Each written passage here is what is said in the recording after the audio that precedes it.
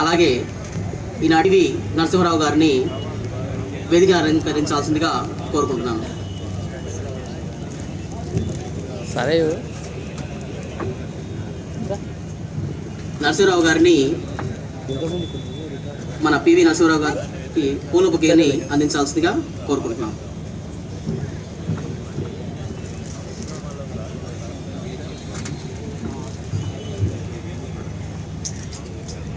మన అతిథి బాబ్జీ గారిని ఈ సభకు అధ్యక్షత వహించి తదుపరి కార్యక్రమాన్ని నిర్వర్తించాల్సిందిగా కోరుకుంటున్నాను. మాట్లాడితే సౌండ్ అంత వస్తుంది కదా. ఓహో, హాయ్ అండి.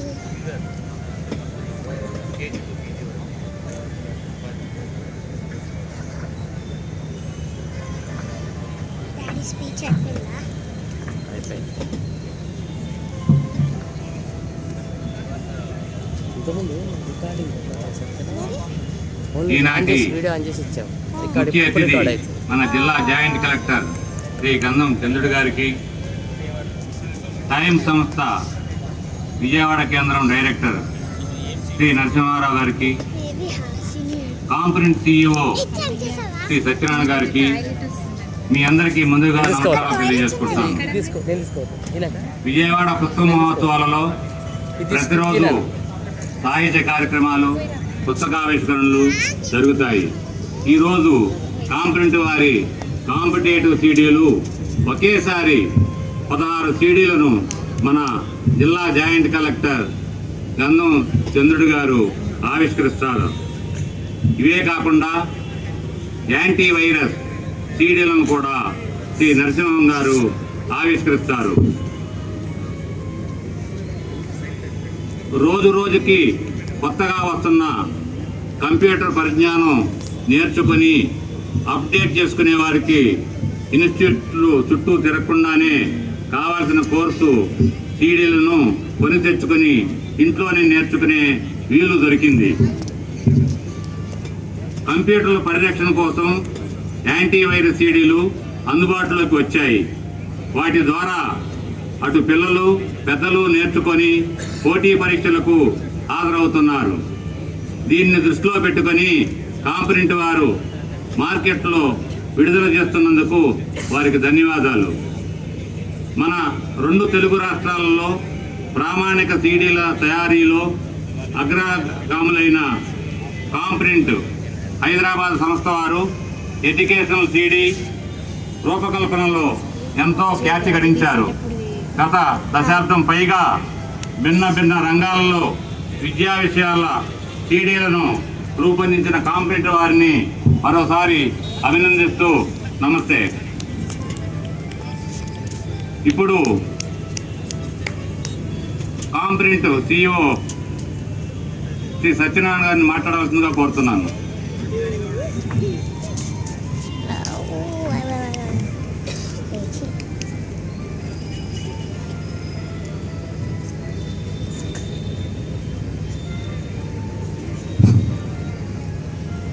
ముందుగా మన జాయింట్ కలెక్టర్ గారైన గంధం చంద్రుడు గారు ముందు ఈ 16 సీడీలు కాంపిటేటివ్ విడివిడిగా అంటే IAS, GRE, TOEFL, GMAT ఇలాంటి అన్ని మొత్తం కలిపి ఒక 16 సీడీలని ఆవిష్కరించబోతున్నారు.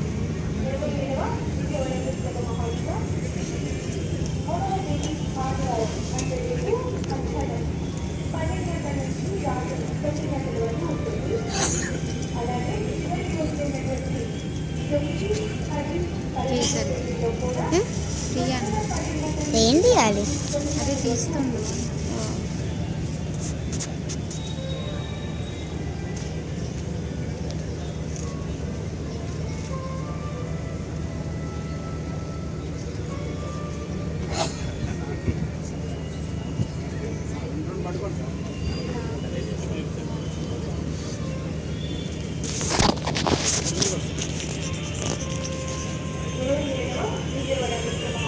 ఇంతేనా?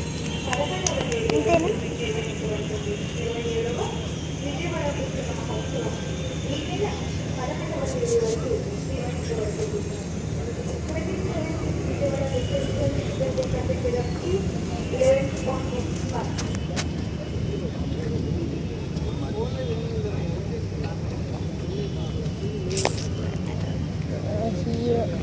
వేదికను అలంకరించిన పెద్దలు Shri Vijayawada book festival society అధ్యక్షులు బాబ్జీ గారికి, మరియు ఈ కార్యక్రమానికి అతిథిగా మా విశిష్ట అతిథిగా విచ్చేసిన జాయింట్ కలెక్టర్ కృష్ణ శ్రీ గంధం చంద్రు గారికి, మరియు టైమ్స్ డైరెక్టర్ పివి నరసింహం గారికి, అంతేకాకుండా ఈ కార్యక్రమానికి విచ్చేసిన పుస్తక జిజ్ఞాస ప్రియులకు, అలాగే మా పాత్రికేయ మిత్రులకు ఈ సాయంకాలపు శుభాభివందనాలు. మా కాంపౌండ్ సంస్థ గడిచిన 24 సంవత్సరాల ప్రస్థానంలో ఈ 16 సంవత్సరాలుగా మల్టీమీడియా కంటెంట్ పబ్లిషింగ్ ద్వారా కొన్ని వందల రకాల విద్యా సంబంధమైన సిడీలను ఇండియన్ మార్కెట్లో రిలీజ్ చేశామని చెప్పడానికి నేను ఎంతో గర్వపడుతున్నాను.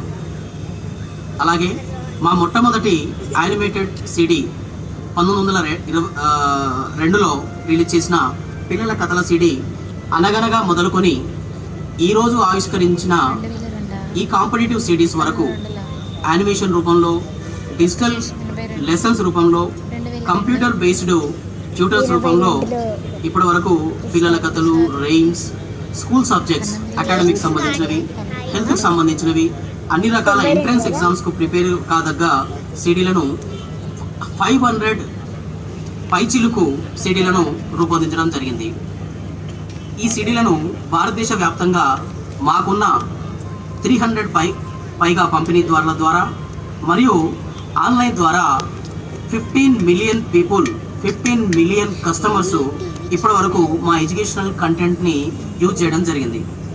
అందులో భాగంగానే ప్రస్తుతం ఈ ఉద్యోగార్థులకు మరియు విద్యార్థులకు అవసరమైన ఈ కాంపిటేటివ్ సిడీస్ని రూపొందించడం జరిగింది.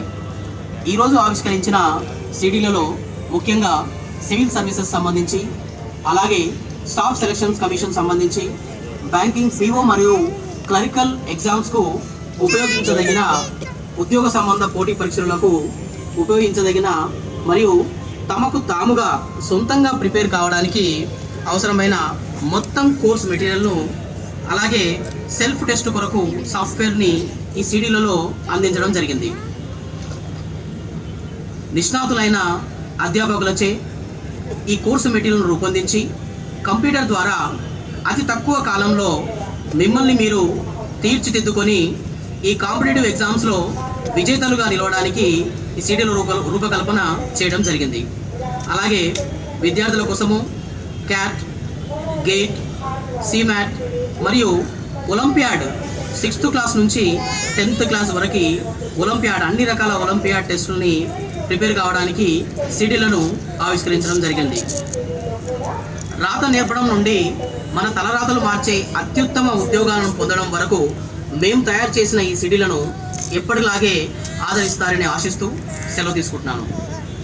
చిన్న విన్నపం, ఈ కాంపిటేటివ్ సిడీస్, ఈ ఎగ్జామ్ సంబంధించిన సిడీస్ అన్నీ కూడా ఈ విజయవాడ ఫెస్టివల్లోని మా స్టాల్ నెంబర్ 27 నందు ప్రత్యేక రాయితీ ధరల్లో మీకు అందిస్తున్నాం.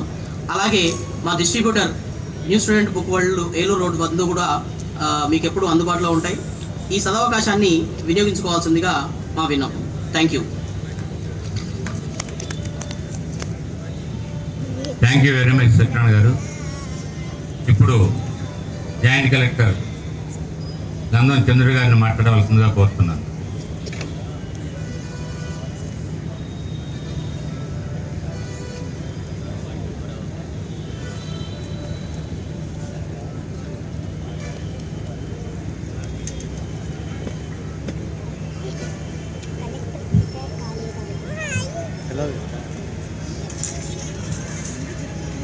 ఈ సిడి ఆవిష్కరణ కార్యక్రమం చేపట్టినటువంటి బాబ్జీ గారికి, అలాగే టైం విజయవాడ డైరెక్టర్ నరసింహ గారికి, ఫామ్ ప్రింట్ సిఇఓ గారికి, అలాగే ఇక్కడ ఉన్నటువంటి మీ అందరికీ కూడా నమస్తే.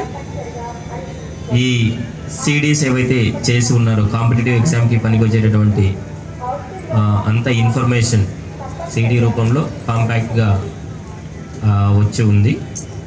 దీన్ని ఉద్యోగార్థులు అలాగే రెగ్యులర్ స్టూడెంట్స్ కూడా సద్వినియోగం చేసుకోవాలని చెప్పేసి కోరుతూ ఉన్నాను.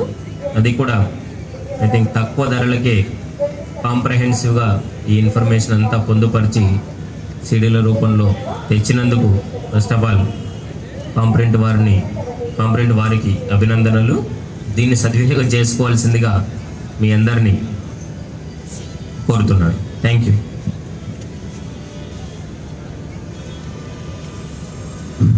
ఇప్పుడు టైమ్ సంస్థ ఆల్ ఇండియాలో 250 బ్రాంచీలు ఉండగా మన విజయవాడ బ్రాంచ్లో ఒక డైరెక్టర్ అయిన శ్రీ నరసింహారావు వారు మాట్లాడతారు.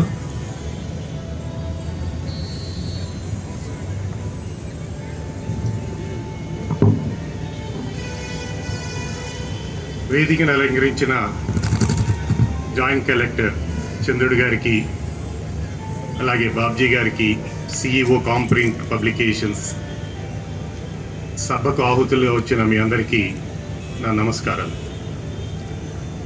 మొదటిగా కాంపిటేటివ్ ఎగ్జామ్స్కి సంబంధించి ఇలాంటి సిడీస్ని ఆవిష్కరించడం అనేది నాకు తెలిసి చాలా కొత్త పరిణామం. కోచింగ్ ఇన్స్టిట్యూట్స్, మా ఇన్స్టిట్యూట్స్ లాంటివి చాలా ఉన్నాయి ఇండియా మొత్తం మీద. మా కోర్స్ మెటీరియల్ మాకుంటుంది, మా ఆన్లైన్ టెస్ట్ సిరీస్ మాకుంటుంది. టెస్ట్ తీసుకున్న తర్వాత ఆ టెస్ట్ అంతటితో ఆన్లైన్ నుంచి వెళ్ళిపోతుంది. మళ్ళీ అదే టెస్ట్ మళ్ళీ ఇంకోసారి తీసుకోవాలంటే కుదరదు. ఈ నేపథ్యంలో కొన్ని ఎగ్జామ్స్కి స్టూడెంట్స్ ఏడాది పాటు ప్రిపేర్ అయ్యే వాళ్ళు ఉంటారు, 2 ఏళ్ళ కోచింగ్ తీసుకునే స్టూడెంట్స్ ఉంటారు. వాళ్ళందరికీ రిపీటెడ్గా టెస్ట్ తీసుకోవాలంటే ఏదో ఒక సోర్స్ ఉండాలి. Question bank or data bank అంటాం అది మనం. అది ఈ రకంగా సిడీస్ రూపంలో రావటం నిజంగా చాలా ముదావహం. అలాగే ఇవాళ జాబ్ మార్కెట్ చూస్తే మనం చాలా కాంపిటీషన్ పెరిగిపోయింది. ఏ రంగంలోకి వెళ్ళినా కూడా విపరీతమైన కాంపిటీషన్ వచ్చేసింది. దానికి తోడు చాలామంది గ్రాడ్యుయేట్స్ ఇండియాలో తిరుగుతున్నారు, ఉద్యోగాలు లేకుండా తిరుగుతున్నారు.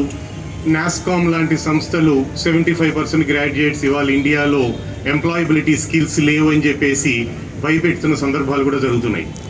మనం ఇవాళ న్యూస్ పేపర్లో చూస్తే చాలామంది ఇంజనీరింగ్ గ్రాడ్యుయేట్స్కి ఇంగ్లీష్ మాట్లాడటమే రాదు, వాళ్ళకి ఉద్యోగాలు ఎట్లా వస్తాయి అన్నట్టుగా ఒక వెర్షన్ కూడా వినిపిస్తుంది.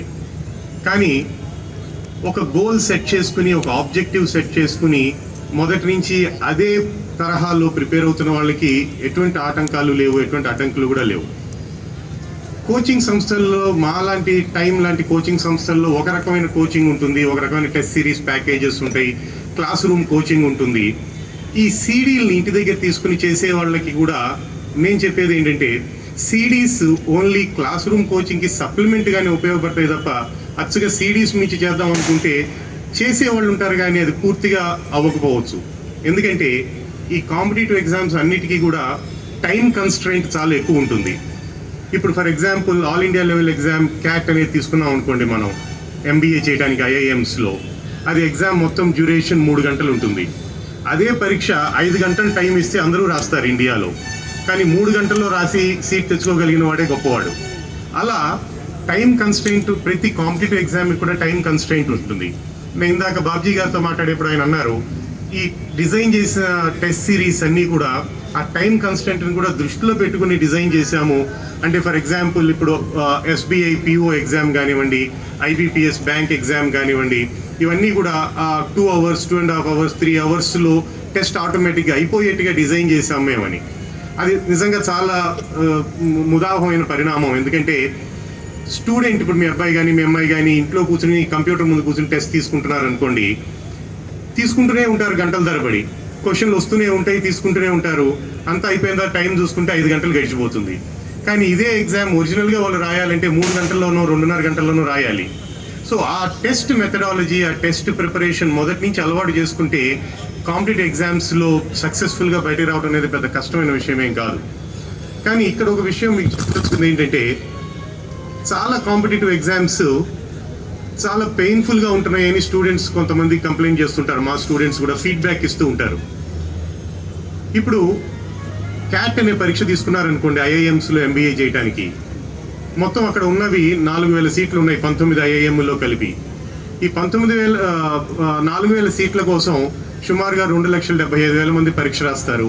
వాళ్ళలో 1,10,000 మంది క్వాలిఫై అవుతారు. 4,000 సీట్ల కోసం 1,50,000 మంది ఫైట్ చేయాల్సి ఉంటుంది. సో ఫైనల్గా తీసుకునేది 1,50,000 మంది నుంచి ఆ 4,000 క్రీమ్నే తీసుకుంటారు ఈ కాలేజెస్ అందరూ కూడా.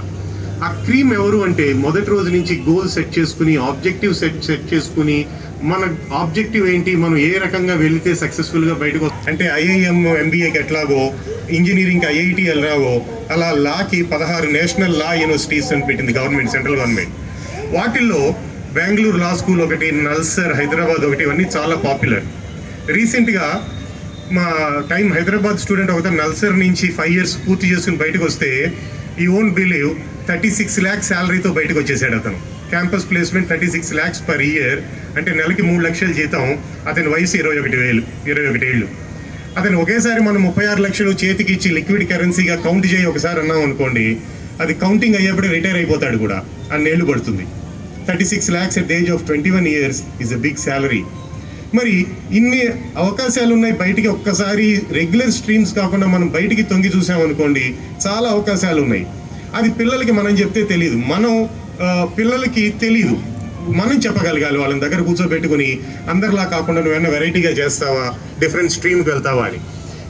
ఈ కార్యక్రమంలో, ఈ బ్యాక్గ్రౌండ్లో మాలాంటి కోచింగ్ ఇన్స్టిట్యూట్స్ లేదు, ఇలాంటి బుక్ ఫెస్టివల్స్ కండక్ట్ చేసి బాబ్జీ గారు లాంటి వాళ్ళు రిలీజ్ చేసే సిడీస్ లాంటివి ద్వారా ప్రిపేర్ అయితే చాలా ఉపయోగం ఉంటుంది.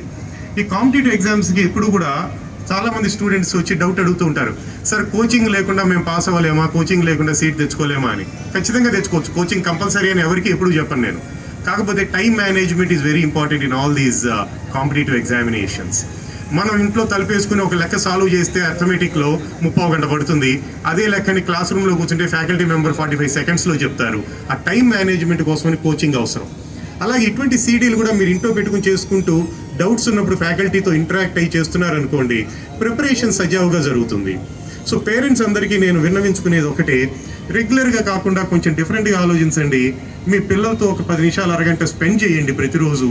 వాళ్ళు ఏం చేస్తున్నారు, వాళ్ళ గోల్ ఏంటి, వాళ్ళ అంబిషన్ ఏంటి, అంబిషన్ అచీవ్ అవ్వటానికి మనం ఏమి డైరెక్షన్స్ ఇవ్వగలం వాళ్ళకి.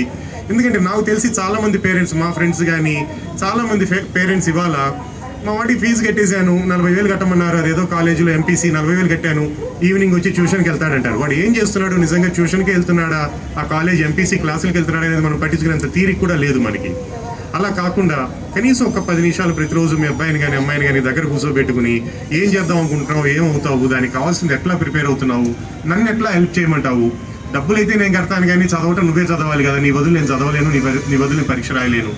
సో మన ఇద్దరం ఒక అండర్స్టాండింగ్కి వద్దాం.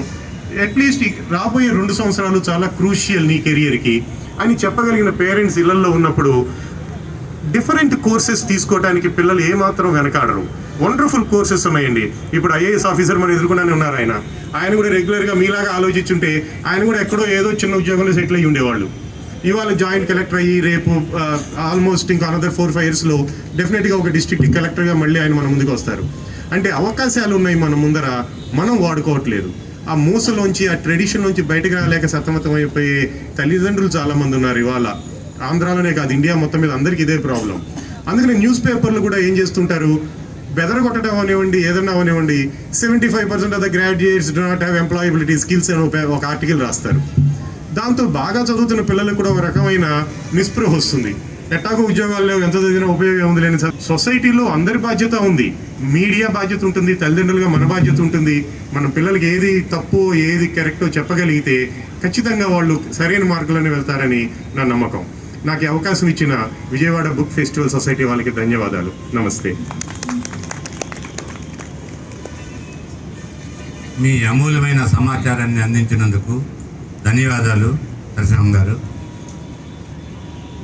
ఇప్పుడు జాయింట్ కలెక్టర్ గారిని మాకు 11 రోజుల పాటు జరుగుతున్న ఈ పుస్తకాల పండుగలో వారి డిఈఓల ద్వారా పుస్తకాలు ఈ ఎగ్జిబిషన్లో కొనమని, అలా కావాల్సిన పుస్తకాలన్నీ ఇక్కడ ఉంటాయి కాబట్టి నేనేంటంటే విజయవాడలో ఉన్న 4 పుస్తకాల షాపులకి వెళ్ళటం కాదు, మొత్తం ఇక్కడైతే అన్ని పుస్తకాలు, ఎక్కువ పుస్తకాలు ఒకే చోట దొరుకుతాయి కాబట్టి కొనమని చెప్పేసి నేను విజ్ఞప్తి చేస్తున్నాను.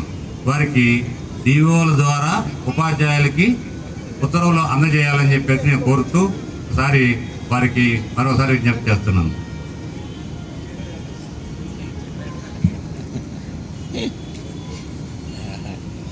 ఇప్పుడు ఓట్ ఆఫ్ థ్యాంక్స్ సత్యనారాయణ గారు.